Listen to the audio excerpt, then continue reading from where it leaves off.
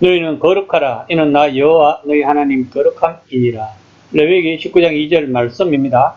하나님은 우리가 거룩함을 원하십니다. 거룩함은 구별됨이라고 배웠습니다.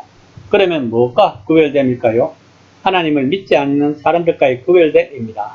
어떤 구별됨일까요? 윤리 도덕적일까요? 대부분의 그리스도인들은 이것으로 생각할 것입니다. 물론 이것도 맞습니다. 그러나 하나님이 우리에게 원하시는 것은 이것이 전부가 아닙니다. 우리가 믿지 않는 사람들과 구별되는 것은 하나님을 찬양하고 하나님의 영광을 위하여 사는 것을 말합니다. 하나님을 믿지 않는 사람들은 하나님을 부정하기 때문에 하나님을 찬양하지 않습니다. 이것이 바로 하나님이 우리들에게 원하시는 거룩함입니다. 오늘 본문은 이 거룩한 하나님이 머무시는 성막에 대하여 이야기하고 있습니다. 하나님께서는 이스라엘 백성들과 함께 살겠다고 하셨습니다.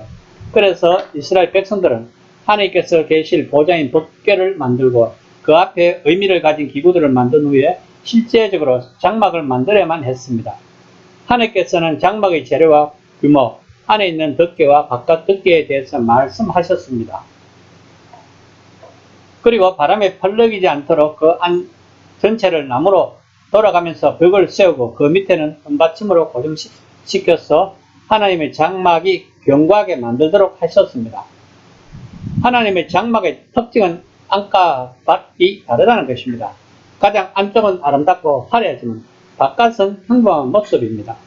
맨 안쪽의 덮개에 대한 말씀입니다.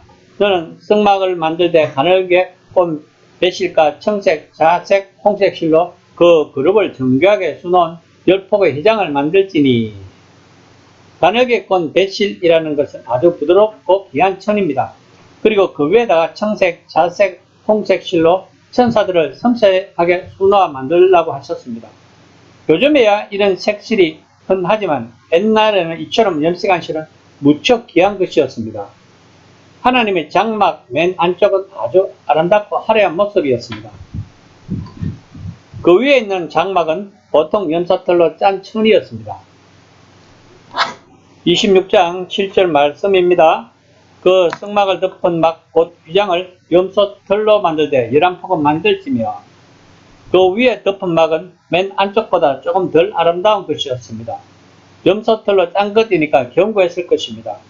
그리고 맨 바깥쪽에 덮개는 순양과 해달의 가죽으로 된 아주 견고한 것이었습니다.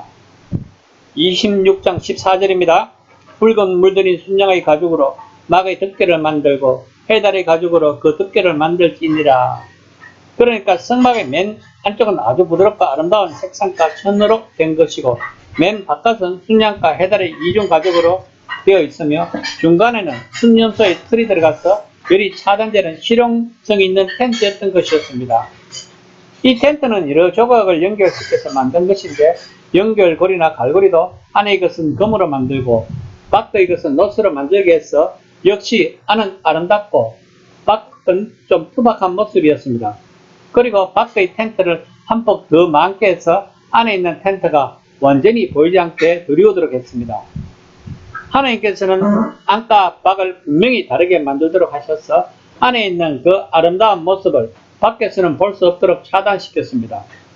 하나님의 아름다움을 체험하려면 반드시 이 성막을 문을 열고 안으로 들어와야지 밖에서 기웃거려서는 결코 볼 수 없도록 하셨습니다. 옛날에는 텐트로 왕이나 지휘관을 나타냈습니다. 왕이나 지휘관의 텐트는 크고 화려한 깃발 같은 것을 꽂아서 표시했습니다. 왕이나 지휘관의 텐트는 크기 때문에 권세와 힘을 나타냈습니다. 또한 지휘관의 장막이 무너진다는 것은 그 전쟁에서 패배한다는 것을 의미했습니다.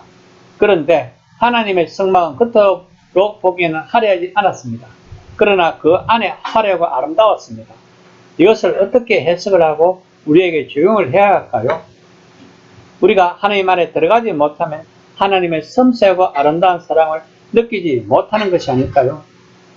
우리들은 그냥 하나님을 믿으면 내 인생이 축복을 받는다고 생각하고 있고 또 그렇게 배워왔습니다. 그러다 보니 우리들은 하나님 성막의 겉모습만을 본 것입니다. 우리가 하나님을 인격적으로 만나야지 하나님 성막의 앞모습의 그 아름다움과 화려함을 볼 수 있을 것입니다. 다시 말하면 우리의 인생이 꽃피어진다는 것입니다. 구원은 우리가 예수님을 만나서 우리의 인생이 꽃피어지고 아름다워진다는 것입니다.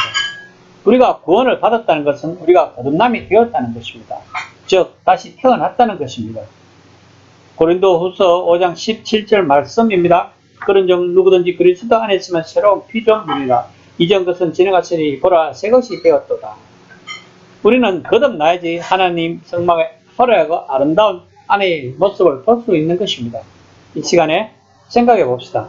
내 인생이 예수님으로 인하여 꽃피우고 있는지, 그래서 하나님의 아름답고 화려한 성막 안의 모습을 볼 수 있는지, 현재 나의 상태를 체크해보고 나에게 하나님의 임재가 성막 바깥의 모습처럼 투박하게 느껴지는지 아니면 성막 안의 모습처럼 아름답고 화려하게 느껴지는지를 점검해 볼 필요가 있습니다.